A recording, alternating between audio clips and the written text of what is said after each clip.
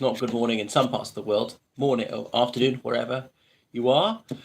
So in this video, I'm going to ponder what kind of king Charles III will be, because he ascended to the throne, well, 4 days ago, roughly 1 o'clock in the afternoon. Of course, we weren't informed till about 6:30. They tried to inform the family before the news was broken officially, because you wouldn't want to hear about the death of your loved one through watching television.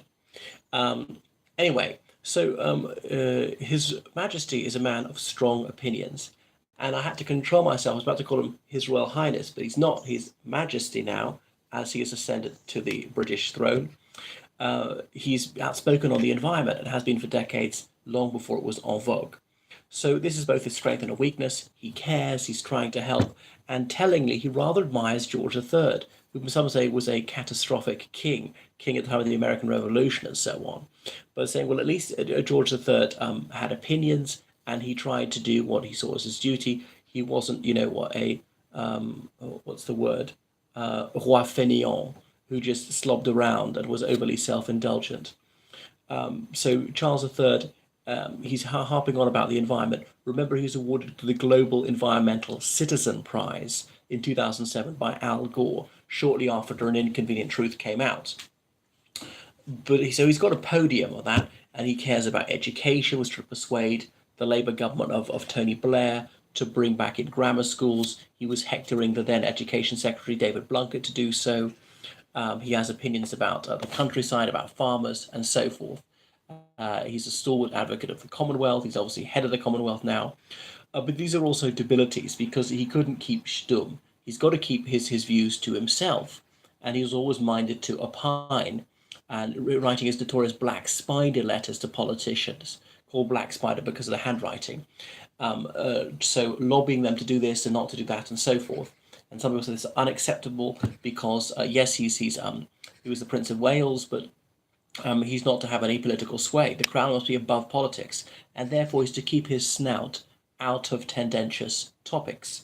And he just couldn't resist butting in, harping on about the benefits of homeopathy, and the National Health Service even wasted taxpayers' precious money on this, squandering that money when they could have been spending on things that were actually proven to work as medicines, just because of this quackery by Prince Charles. Some people think he's a bit of a loony, talking to his plants and stuff like that. He says that he's a great admirer of Islam, which might be thought to be strange for a man who's a self-confessed adulterer. As he said on television in that 1995 interview with David Dimbleby, that he was faithful to his marriage until it became irretrievably broken down. So there he was, slipping in almost under the radar. He was tacitly acknowledging he committed adultery. And what's the punishment for adultery under Islam? Anyway, he could do that to himself if he really thinks that he's so richly deserving of it. Remember, he's got the title Defender of the Faith. Says when Henry VIII wrote A Defense of the Seven Sacraments, really probably Sir Thomas More wrote it for him. But anyway, Pope, I think it was Clement VII, awarded Henry VIII the title Fide Defensor. So even when Henry VIII split with Rome and established the Church of England, Henry VIII still styled himself Defender of the Faith, and you'll still see it on the coins DF, or no, they do FD. I think they do Fide Defensor. They do it in Latin to this day. And Prince Charles, way back in the 90s, said in an interview he wanted to be defender of faiths. But these are mutually incompatible. If Christianity is true, it must automatically follow that all the other ones are bogus, because it falsifies the others, claiming to be the exclusive truth. And so if Islam is true, that means that Christianity and Hinduism and all the others are false. Anyhow, that's what it wants to be. And I'm sure there'll be an Islamic element to the coronation. It can't just be the Church of England and the Church of Scotland as it was last time. There might be representatives of Islam, Hinduism, perhaps Judaism, Sikhism. I mean, the other ones like Buddhism are just not enough. And as well as the Protestants, maybe the Catholic Church involved. But honestly, how much can they do? Just a brief prayer each, the Archbishop of Westminster reading from the Bible or something like that, so that everybody feels involved. Well, what about the atheists or the agnostics? Where do they fit in? So hopefully he won't be an activist king. I remember the interview he gave in 2008, that November, because his birthday is the 30th of November, for his 70th birthday. saying that he's not that stupid. He knows that being monarch is a different role and he has to keep his trap shut. So he'd no longer be treating us to his sage advice. But I have my doubts. And even if he does manage to put a sock in it, people won't forget what he was saying beforehand. And you might concur with every word that came out of his mouth. All right, fine. But he still shouldn't say it because some people don't agree. When people say the environment, is that beyond argument? I think it is in scientific terms that climate change is ongoing. Climate change is largely occasioned by anthropogenic reasons, and it is having a deleterious effect on our planet. But then it becomes political and somewhat economic when we decide what do we do about it? Do we outlaw cars or planes or what? Do we phase out hydrocarbons? And if so, for what timescale? 1 year, 50 years? Do the richest countries have to bear most of the burden or not?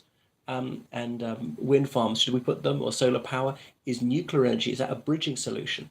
So there are all sorts of contentious questions adjacent to this topic. And anyway, any matter touching partisan politics is something the royal family should stay out of. And Her Majesty the Queen was almost flawless on this one, on keeping her opinions to herself, because you are not entitled to voice an opinion if you're in the royal family, as Meghan Markle found to her cost, right? Because you will alienate some people. Even a popular opinion may later turn out to be an unpopular opinion. But Prince Charles, he's grown in the role. He is a superb public speaker. He's had enough practice. He speaks with poise and grace and perfect timing, varying the tone, the volume, the speed, but not too much. People don't want him overly emotional, because to be in command of others, you must first of all be in command of yourself. They don't want him weeping or indeed shrieking with fury or being down in the dumps and despondent or anything like that. They want him to be fairly equable. He's of a fairly sunny disposition. He is given to self-pity. They used to call him the Prince of Wales because he was always whining, gnashing his teeth, and feeling sorry for himself, which is a psychological flaw, a rather unattractive trait, especially for the most privileged person on earth. So he's always presentable, and he's never been overweight. So I think he'd be quite good at it. He's maybe more in touch with multi-ethnic, multi-religious Britain than his mother was, because of course she's a generation older. So I think he's widely accepted and fairly popular. Probably not as popular or as respected as his mother was, because she's just been there for so long and not put a foot wrong. And it may be hard for some youngsters to remember, back in the 90s he was deeply unpopular, and there was a campaign led by his ex-wife, Princess Diana, to exclude him from the line of succession and jump straight to his son, to Prince William, her son, on the ground that he was unsuitable to wear the crown. So I don't think he'll intervene in the environment. He's probably done enough on that for that cause. And I know perhaps I should be ingratiated to him. We all owe him a debt for that, because if it weren't for him, the campaign to save the planet wouldn't have got as far as it did. But he doesn't practice what he preaches. Live in a one-bedroom flat then. Think of the carbon footprint of having Buckingham Palace and Windsor Castle and Balmoral and Sandringham and Gatcombe Park and Highgrove and all the other royal residences, St James's Palace. It's enormous. The heating, the electricity, travelling by car, take the bus, get on your bike, going around by plane and helicopter and so on. So yeah, he doesn't lead by example, I'm afraid. There's one rule for him and one rule for the peasants. Another rule for the peasants. Right, thank you for watching my channel. So please subscribe on Patreon and donate on PayPal, georgecallahan79 at gmail.com. Goodbye.